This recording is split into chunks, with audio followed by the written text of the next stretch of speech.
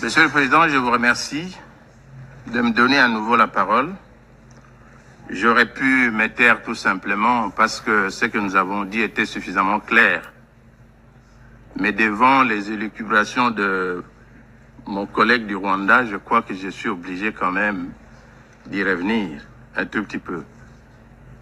Si cette organisation des Nations Unies respectait la charte telle qu'elle a été rédigée en 1945,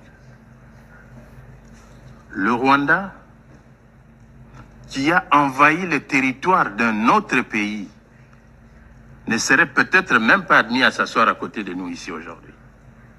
Parce que l'objectif des fondateurs de cette organisation, c'était de faire en sorte que la guerre ne revienne plus.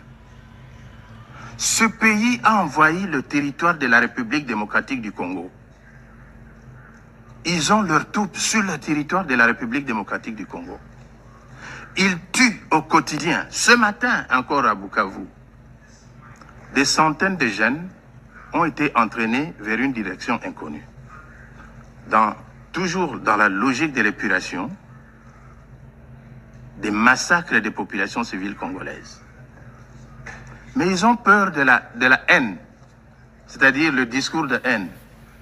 Vous parlez du discours de haine, vous qui êtes sur le territoire d'un autre pays, en train de massacrer les populations et les tuer, vous osez parler du discours de haine. Donc vous avez peur du discours de haine pendant que vous êtes en train de massacrer des populations d'un autre pays sur son territoire, avec armement et avec tout. Même le MONUSCO a souffert de pertes en vies humaines par le fait du Rwanda.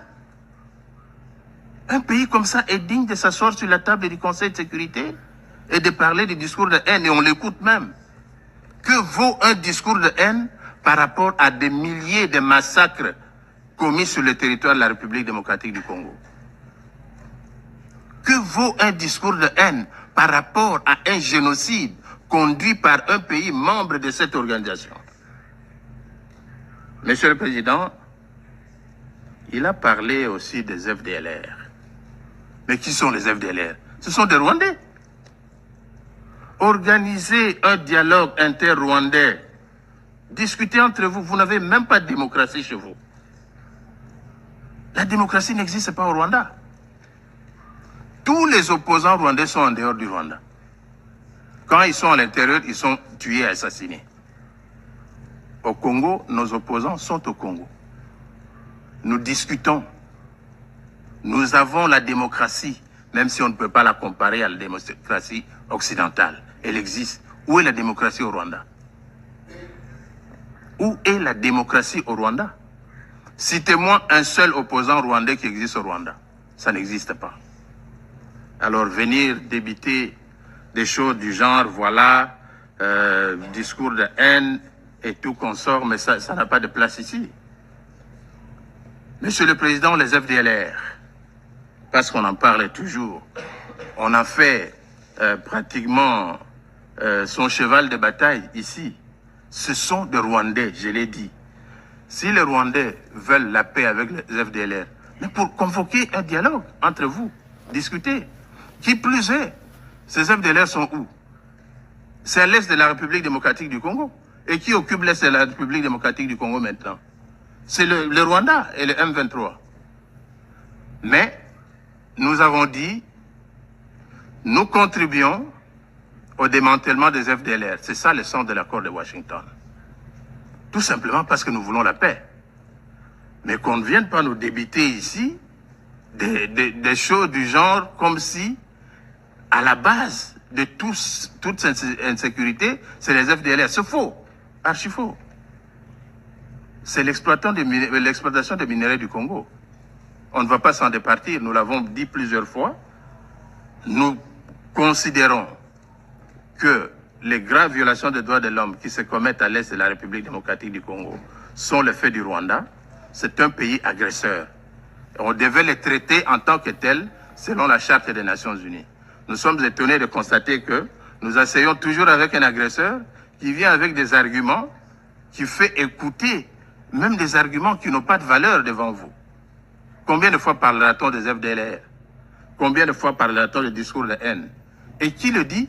Un pays qui a envoyé le territoire d'un autre, est-il digne de le dire? Je m'arrête là. Merci, Monsieur le Président. Je remercie le représentant de la République démocratique du Congo de sa déclaration et je donne la parole au représentant du Rwanda qui a demandé également la parole pour une nouvelle déclaration. Il s'agira de la dernière déclaration.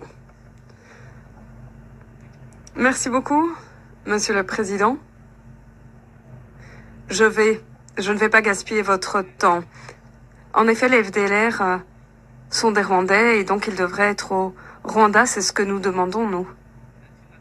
En 1994, après avoir commis le génocide,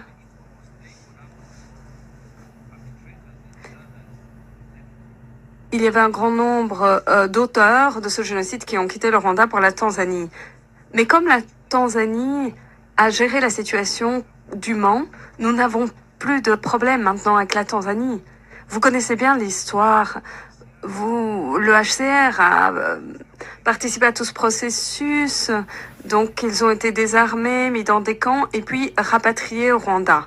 Le problème avec la RDC, c'est que la RDC a pris la direction inverse. Ils les ont réarmés, les ont regroupés, continuent de les soutenir jusqu'à ce jour. Et 31 ans plus tard, le rapport démontre qu'ils ont même un bastion en RDC. Donc c'est ça le problème. Le problème n'est pas de savoir s'ils sont rwandais ou non.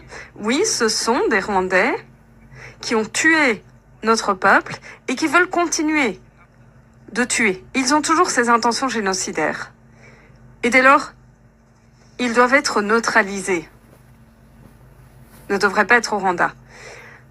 Pour ce qui est de la question des minerais, nous n'avons pas de problème à cet égard, nous avons nos propres minerais. Mais le problème pour la RDC, c'est que, oui, peut-être le Rwanda n'a pas autant de minerais. On peut voir la façon dont nous gérons nos propres minerais qui sont moins nombreux. Alors, nous ne voulons pas une démocratie du type de celle de la RDC, si c'est ce que présente la RDC.